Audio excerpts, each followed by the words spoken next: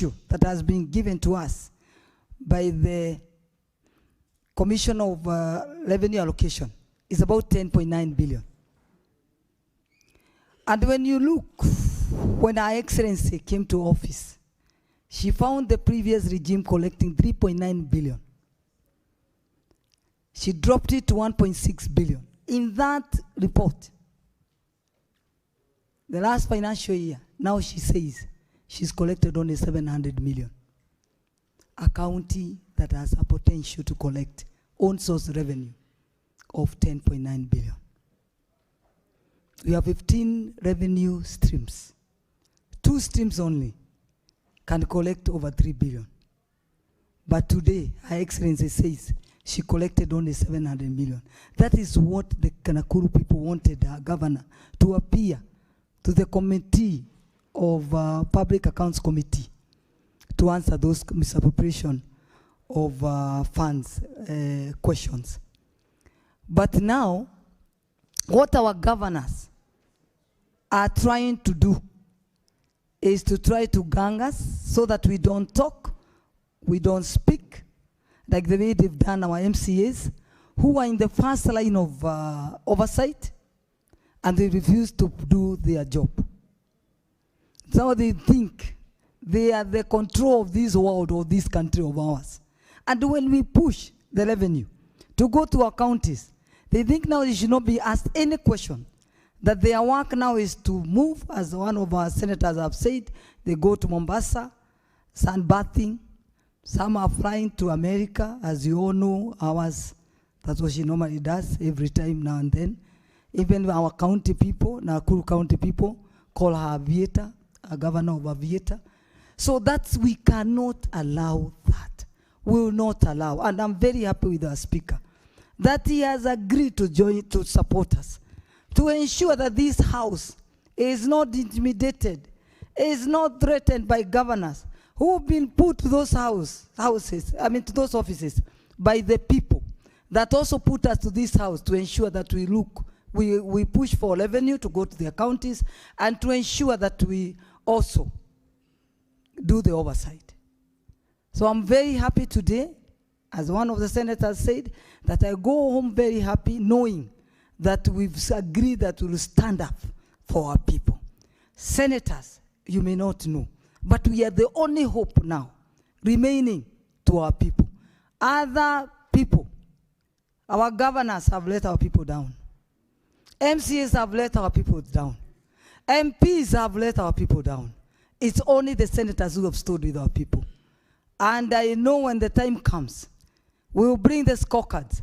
They will see the work that we've done for them. You can see now we've brought to the counties, we pushed for 25 million. Now we want to push it to half a trillion. And these governors have the audacity to tell us what to do and what not to do. They better do the work that they were given the people, and they let us do the work that we were given by our people. And we know very well we push for that money, and we ensure that we do the oversight for that money to ensure that the development is being done. My senators, let's keep on. Let's not allow these governors to thinking that the money they are given, that it belongs to them. The money they are given, when they see it in their account, they get to their head. They think they can push everybody in this town. We senators, let's stand firm and ensure that we work for our people and to ensure that we push for that money to do development. If there is any the department of, that has let this Kenya Kwanza government down, it is our governors. It is our governors. Because when the people, the public doesn't differentiate who puts the medicine in the hospitals and who does the roads, they think everything is the national government. They don't differentiate what is for the county and what is for the national government. And that's why you can see some of the areas, the government is suffering. And the opposition is taking advantage of that. They don't want to tell the people that the medicine that is supposed to be put in this hospital is your governor and is the one who has used this money. And I agree with Senator Ososi that even the president, when he comes on the ground, he should be looking who is he's working with who. He should be looking who is working with who. And the proper mirror to check on our governors is the Auditor General report and the control of budget report. When you see that you are working with a governor operating with 311 commercial accounts in a county, you know straight away it's corruption. And corruption is written on her back. So when you walk, in Kikuyu, I think there's like a saying that says, if you walk with somebody who is a thief, you also be called like a thief. So I think when His Excellency, our president, comes to the ground to do his work, to launch his project, he should ensure he's not working with those governors, because they are letting him down. And we know very well the president is working. But our governors are sleeping or have slept on their job, and you can see now they want to push the senators out of the job that they were given by the people. Your Excellency, our Speaker, Mr. Speaker, sir, thank you so much. We'll continue, and thank you for standing with this Senate, because if this Senate is shut by the same said governor, this country is thrown to the dogs, and we will not allow that. Thank you, Mr. Speaker, sir. Very well. Thank you. Very well. Next is Senator Manzo Daniel. Thank you, Mr. Speaker. Mr. Speaker, when the reports come to us from Auditor General, we then invite a governor to appear before the Senate committee. When the invitation is not honored, Mr. Speaker, then the governor, and for no proper reason, then the governor is summoned. Upon summon, Mr. Speaker, then the governor, if he doesn't show up and does not honor summon, then under standing orders, that governor pays a fine of Kenya shillings 500,000 from his own coffers, not from the county monies. In the event the governor fails to pay that amount, then, Mr. Speaker, now that the committees and the Senate operates with mandate equivalent to one of High Court, then, Mr. Speaker, Article 244 of the Constitution kicks in, which is objects and functions of the National Police Service. And in 244B, it reads, prevent corruption and promote and practice transparency and accountability. So at that particular moment, even in the High Court situation, the courts use the police. And that's why I'm very happy that the IG appeared before Senate committee this morning and gave his commitment to adhere by Article 244 of the Constitution, and said when he is called upon to enforce arrest of a governor, he will do it with immediate effect. And not only when we give reports of corruption, when a governor commits a cognizable offense, the police should move suo moto without being moved by anybody, investigate that governor either through DCI or the police itself, and arrest that governor and charge them. In event of a conviction and to the highest level of appeal, then the governor has to vacate office. So there's no governor, Mr. Speaker, who is above the law. There's no governor who can purport that they are going on strike. In fact, Mr. Speaker, not every governor is bad. There are very many cooperative governors. Despite a challenge or two, Governor Anyang' Nyong'o comes to this house when he's summoned. And he comes very early. He arrives on time. He's very ready with his paperwork and his team. He answers all the questions. And I have never heard him be accused or complaining of having been asked for a bribe or extortion. In fact, most governors who have been senators have performed very well. But I'm surprised by my own governor, Mutula Kilonzo Jr., when I heard a letter this morning read that he is seeking to be excused for today in compliance with the COG's protest. And I want to tell him that the protest of COG, unfortunately, is unconstitutional and will be dealt with by the law. So I will advise him the next time he's summoned, he appears and abandons the corrupt governors to face the law as it is. And in fact, Mr. Speaker, I dare say we are personally going to make sure that the constitutions the Constitution and the provisions of our standing order and any other law applicable to this situation is implemented. Mr. Speaker, now, for a governor who has been invited and they did not show up, I really want to ask the clerk to summon them. Once they do not honor the summon, then we will proceed to write to them to pay the fine by law.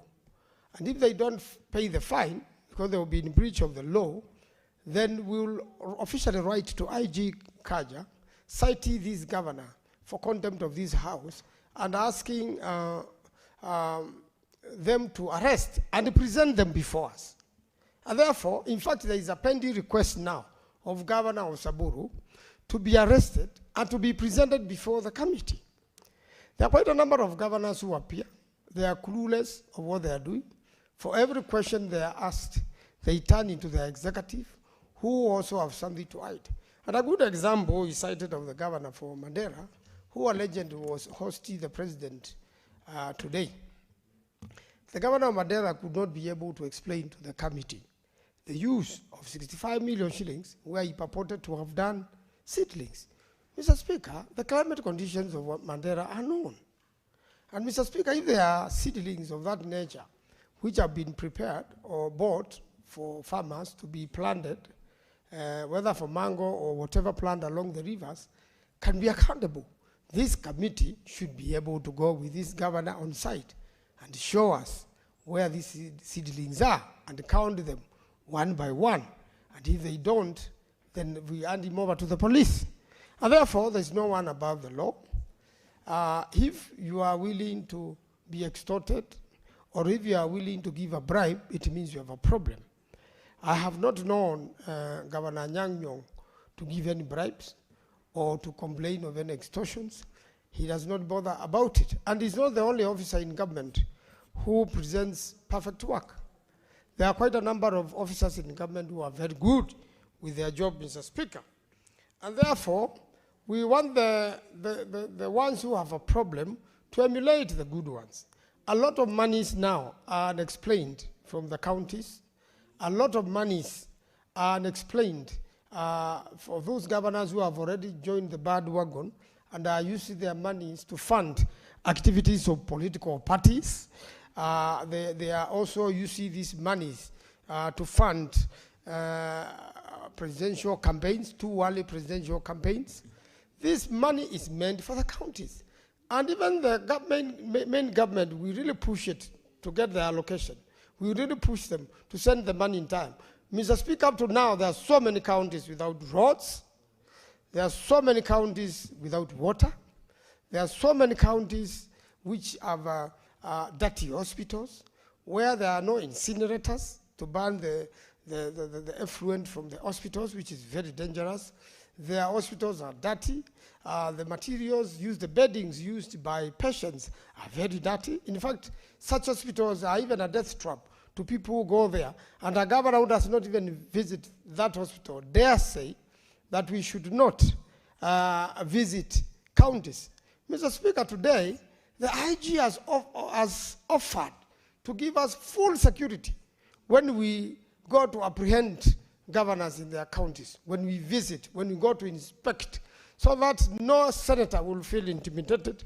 And any governor who obstructs justice then should be charged with immediate effect with obstruction of justice, so that the governors can account for the monies given to them by the public. This is the work of Senate. As I conclude, because I know other members want to contribute, then the Senate is the last source of defense, is the last line of defense of this country. The governors have already intimidated quite a number of counties or colluded with them, and counties are not doing their job. So we really want county assemblies to be empowered, Senate to be empowered, so that devolution can work in this country. Mr. Speaker, I do thank you. Let me yield so that other members can contribute. I thank you, Mr. Speaker. So, Honorable Senators, through consensus, we have agreed that because we have 5 senators left, then we can do 5 minutes each, so that at least all of you can be able to make a comment. Senator Chalagay.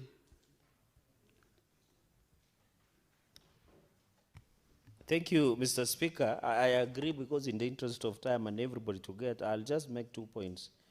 Mr. Speaker, as everybody has said, the work we do as Public Accounts Committee is anchored under Article 229 of the Constitution 2010, where we consider the OAG reports that are tabled before the House.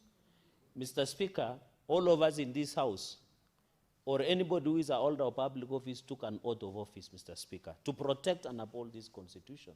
We are exercising these powers deriving from the people and by the people, Mr. Speaker. Mr. Speaker, I want to warn governors, because when I saw 39 of them who signed a communication, and I'm happy, Mr. Speaker, you have noted they have not sent you a letter having either of my name or the 4 senators that they have alleged they have been named, Mr. Speaker, is very unfortunate. And I hope, and I request, Mr. Speaker, if you grant audience to them on Thursday this next week, they must provide an qualified apology to me and my other 3 colleagues who are mentioned. We are victims of a vicious corruption that is fighting at, Mr. Speaker. I want to challenge Kenyans who have been following public accounts meeting, and you are in one of them, Mr. Speaker. The reason they are naming the 4 of us, myself included, is because we do not tolerate, Mr. Speaker. When the governor buys 3.6 million worth of Christmas tree, does he want us to clap and give him stand ovation? When a governor purchases 55 million worth of seedlings in Mandera, which is a dry area, does he want us to clap for him? When a governor does a housewarming party of a speaker in Vihiga County where there is no drugs in hospital, does he want us to clap for him? When the governor of Nandi Sang uses 41 million to do car hire purchases and car hire services for personal escapades, does he want me to clap for him? No, we will resist, Mr. Speaker. I was embarrassed that the chair of COG, Governor Ahmed Abdullahi, who read the communique from the Mr. Speaker. Can you believe in Wajir town today as we talk, there are people who have been hired to go and collect toilet waste every evening, and he has an audacity to lecture some of us? Can you believe in Wajir town there is no dumping site, Mr. Speaker? And he does lectures as a COG chair. Mr. Speaker, when I see him, look, for example, in Wajir, he was using 195 million shillings on travel for personal escapades in Dubai, South Africa, and America. Yet he puts only 100 million to relief services. Yet Wajir is affected by a drought. Mr. Speaker, he is using 194 million to purchase the purchase of the office furniture of the governors by the OAG report. Yet he gives 100 million only to emergency services. Yet he has audacity of using close to 200 million to buy the seats. I don't know whether it has a massage those seats or what does that mean? Mr. Speaker, Wajir has a pending bill that grew to 5.5 billion Kenya shillings.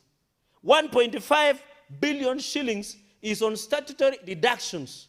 I want to appeal to the EACC to move with speed and prosecute and investigate the Wajir County government and the governor. 1.5 billion, for us who are lawyers in this house, know that when you deduct, you don't remit deductions, that is theft of 1.5 billion, Mr. Speaker. So it is embarrassing, Mr. Speaker, that these people are using the thief in now running away. Mr. Speaker, you have seen in town, when you catch a thief, when they see you, they say, no, this one is the other thief, Mr. Speaker. We want to warn them, Mr. Speaker, that accountability is not a privilege, is not a favor, it is a constitutional implication, Mr. Speaker. Mr. Speaker, as I conclude, there are 3 things I want to request of Kenyans. Do a citizen arrest of any governor who refuses to appear before the Senate. That is what the law provides. I want to appeal to my people of Nandi, whenever you spot Governor Sang, do a public citizen arrest, bring him to the Senate. Even in Makueni, even in Meru, if he refuses, but at least he came, Mr. Speaker. Number 2, when we will be tabling a report, we need to declare some of these governors as unfit to all public office. Because I am going to read Article 2265, Mr. Speaker, in quick succession. If the holder of a public office, including a political office, directs or approves the use of public funds contrary to the law or instructions, the person is liable for any loss arising from the use and shall make good the loss. whether the person remains the holder of the office or not. So I want to warn governors, as they speak, as they yell, as they call themselves excellencies, Mr. Speaker, Article 226, sub-article 5 of the Constitution of Kenya is waiting for them, Mr. Speaker, and they should be punished, Mr. Speaker. Finally, for those governors who are seeking re-election, I want to appeal to the Kenyan voters, punish them by chasing them away to go to their homes and get people who can be held accountable. With those many remarks, Mr. Speaker, I want to say I will not be intimidated, I will not be blackmailed. We shall soldier on, Mr. Speaker, a luta continua, and I yield back. Thank you, Senator Chelagey. I think there is a system failure, because after you did your 5 minutes, still the mic is on. So I think the timing. Senator Mohamed Faki.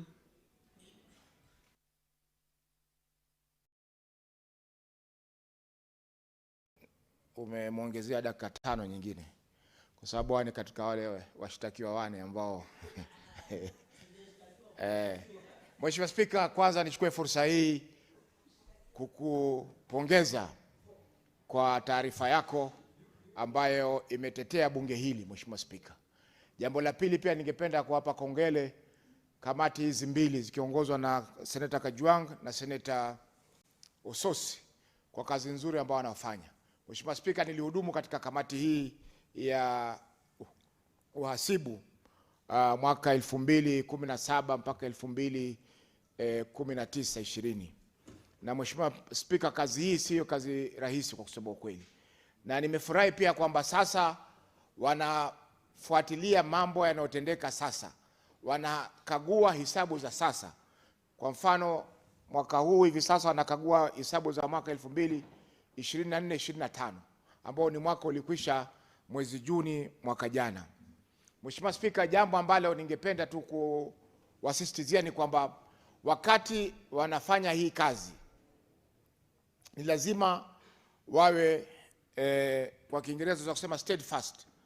Hakuna kucheka na magavana ama kupigana pambaje, Mheshimiwa Spika, kwa sababu wanapokuja pale wanakuja kujibu maswali ambayo yanahusiana na ubadilifu wa fedha za umma. Kwa hivyo upande mmoja wewe unawachunguza na upande mwingine unacheka nao kama ambao nyinyi ni marafiki na mlihudumu pamoja katika ubadilifu wa fedha hizo. Kwa Mheshimiwa Spika, kamati hizi lazima zionyeshe sura ya kazi wakati wanafanya huu hasibu, kwa sababu ndio njia pekee ya kuonesha wa Kenya kwamba wako serious katika kazi ambao wanaifanya. Mheshimiwa Spika, jambo la pili ni kuwa ni masikitiko kwamba ripoti zetu nyingi ambazo zimeweza kutolewa katika bunge hili hazijafanywa kazi. Taasisi za kupambana na ufisadi, taasisi ya ODPP, kiongozi wa mashtaka, Mheshimiwa Spika, zimekalia ripoti hizo.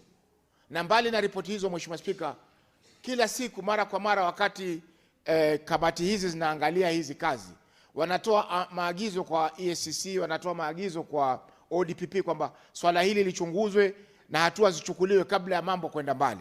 Lakini Mheshimiwa Spika, inachukua muda kwa kamati hizi kwa taasisi hizi mbili kuendeleza uchunguzi na vile vile kuchukua hatua, hata kama kuna uwazi kwamba pesa zimeweza kubadilishwa, kupotea na kuweza kufanyika ubadilifu wa fedha na gavana wanaohusika.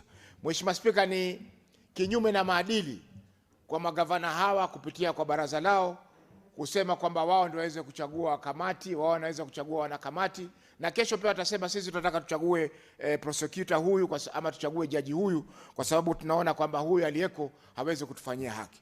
Mheshimiwa Spika, hiyo haiwezi kukubalika kwa sababu hakuna mtu ambaye anajihukumu mwenyewe.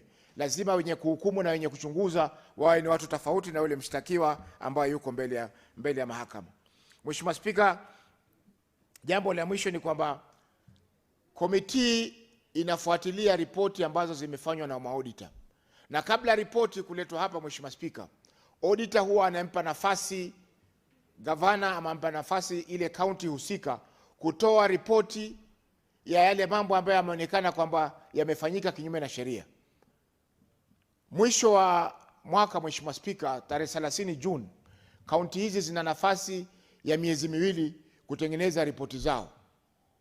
Baada ya kutengeneza hizi ripoti, Mheshimiwa Spika, auditor anakuja anachunguza vile vitabu, na baada ya kuchunguza anatoa ripoti yake, na ile ripoti inapelekwa kwa serikali ile ya county, na serikali ya county ina siku 30 ya kujibu. Baada ya kujibu, Mheshimiwa Spika, ndio ripoti ya auditor inaletwa hapa kwa yale mambo ambayo yameweza kuchunguzwa na kuonekana kwamba hayafai. Lakini Mheshimiwa Spika, licha ya hivyo, county hizi bado hutaka muda zaidi. Watakuja hapa waseme kwamba hii ripoti hatukutengeneza, hatukuweza kuijibu kwa sababu tulikuwa hatuna rekodi, na visingizio vingi vingine ambavyo wanaweza kutumia kuweza kuchelewesha mchakato wote wa hii kazi ambayo inafanyika na kamati hizi. Kwa hiyo Mheshimiwa Spika, wakati wa kubembelezana umekwisha. Wengi hivi sasa wanakuja kulalamika waombe waweze kupewa muda. Lakini Mheshimiwa Spika, tukiangalia kwamba kamati inatakana itoe ripoti kufikia tarehe 31 Machi, na inaangalia hisabu za kaunti 47. Mheshimiwa Spika, hiyo ni kazi kubwa sana kufanyika kwa muda wa miezi miwili. Kwa hiyo Mheshimiwa Spika,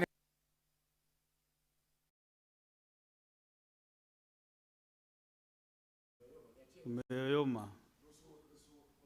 Senator Kinyua.